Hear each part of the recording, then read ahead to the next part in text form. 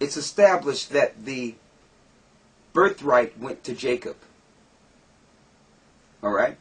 Now I know some would think that Jacob is the bad guy here.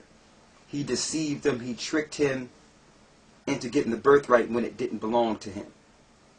All right. But when you read Genesis, it distinctly tells us that the prophecy of the birthright would go to Jacob. Don't forget, Rebekah was told the elder shall serve the younger. The older, or the elder, is Esau. He was meant to be a servant to Jacob, his younger brother. So this was just a scenario played out to allow that prophecy to be fulfilled. So, but in case you think that, because it is taught in Christian churches today, and I'm going to show you why later, why they teach that Jacob was a deceiver and he was wrong, and you know, they call him the deceiver in churches. When in the New Testament, it tells us why the Most High set a scenario for Jacob to get the birthright. Go to Romans, the 9th chapter, and read.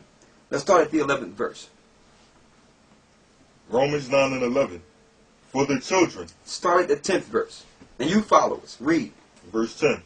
And not only this, but when Rebekah also had conceived by one, even by our father Isaac, for the children being not yet born, neither having done any good or evil. It says the children being not yet born, neither having done any good or evil. So it was told to Rebekah before they was born, before they were born, before Jacob side pottage, before Esau was in the field. It was said to her what? That the purpose of the Most High, according to election, might stand. That the purpose, according to election, might stand. The Most High elected Jacob before he was born to get the birthright and the blessing.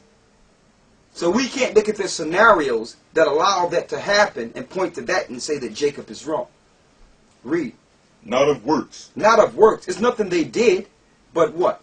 But of him that calleth. But of him that calleth. It's the Most High that called Jacob to be the chosen.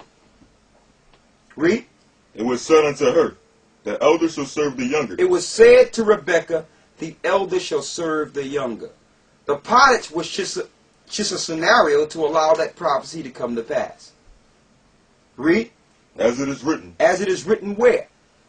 In the Bible. In the book of Malachi. What's written?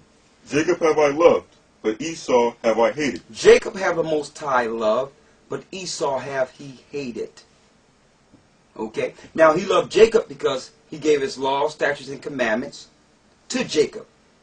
In the Old Testament, Jacob is called the Most High's woman. Okay? He's the wife of the Most High. Why? Because these are the people the Most High will give his laws, statutes, and commandments to execute his power in the earth, to show the earth righteousness. He says, Esau have I hated, because Esau was the reverse of Jacob. Esau is setting up things contrary to the laws of the Most High. We're going to show that. The serpent seed and the woman seed. We're going to show that. Okay? So it's not of works, but the Most High that calleth. He chose one.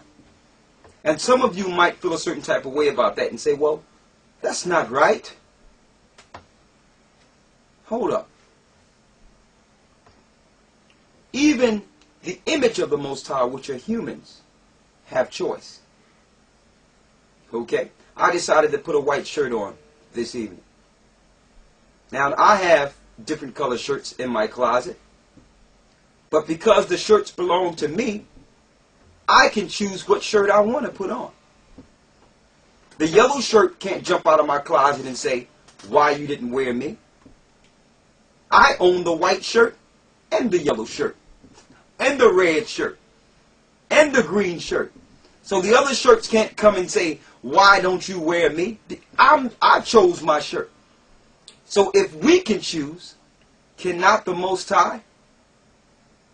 So that means the Most High have put attributes in the image of him that he didn't even give himself. Okay? So yes, the Most High do choose. And you're going to find out through that choice that Lucifer, or Satan, that's who he is now, used this scenario between these two children as a pretext to link to the hurt child. To link to the child that was hurt, that felt deprived, because he felt deprived when he was hurled. To bring forth government and religion. Since the Most High didn't want to give Esau the blessing and the birthright, Satan promised him the world and to hand Jacob over to him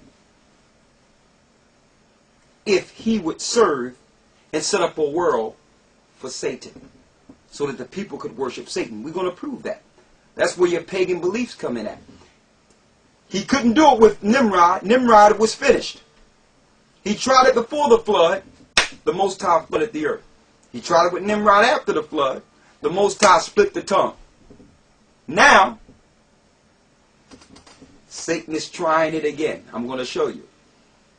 He can only link into you if you are emotional or if you're dealing with some type of hatred towards your brother. And you're going to find that Satan linked in with Esau. And we're going to show you the point that he linked into him. Okay, we're going to show you that point. He linked into Esau to set governments and a structure in the earth where Satan could rule and be worshipped as the Most High. But let's get to the blessing to show you why Esau got so angry or became so angry. Go to Genesis 27:1. Start at the first verse. Read. Genesis 27:1.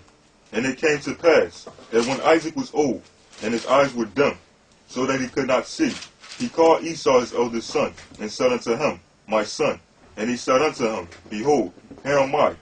And he said, Behold now, I am old, I know not the day of my death. Now therefore, take, I pray thee, take weapons, thy quiver, and thy bow, and go out to the field, and take me some venison, and make me savory meat, such as I love, and bring it to me, that I may eat, that my soul may bless thee before I die. And Rebekah heard when Isaac spake to Esau his son. And Esau went to the field to hunt for venison, and to bring it. And Rebekah spake unto Jacob her son, saying, Behold, I heard thy father speak unto Esau thy brother, saying, Bring me venison, and make me savory meat, that I may eat, and bless thee before the Lord before my death. Now therefore, my son, obey my voice according to that which I command thee. Go now to the flock and fetch me from thence 2 good kids of the goats, and I will make them savory meat of thy father, such as he loveth. Now let's show this. Examine this for a second. All right. She overheard Isaac telling Esau to go make some meat. So Esau go to hunt. Right? She overhear this and go get Jacob and say, No, Jacob, I'm going to make this food for you just the way your father loved it. Right? Now just examine this for a second. Some of you might think she's wrong for doing this. But why is Rebekah doing this? Remember the children struggling in her womb? And she went and asked the Most High, why is this pain so hard? Why am I hurting like this? And the Most High says, 2 nations are in thy womb. There's a fight in your womb, woman. And the elder child shall serve the younger. They was fighting so much that even at the end, when it was time for her to deliver the baby, he had his hand on Esau's heel. They was fighting in the womb the whole time. And the Most High told her, listen, the elder shall serve the younger. Yes. So now, she's helping the prophecy be fulfilled. She cannot let Esau come back with that venison and get the blessing, knowing that the Most High gave her the information to know that that blessing belonged to her son Jacob.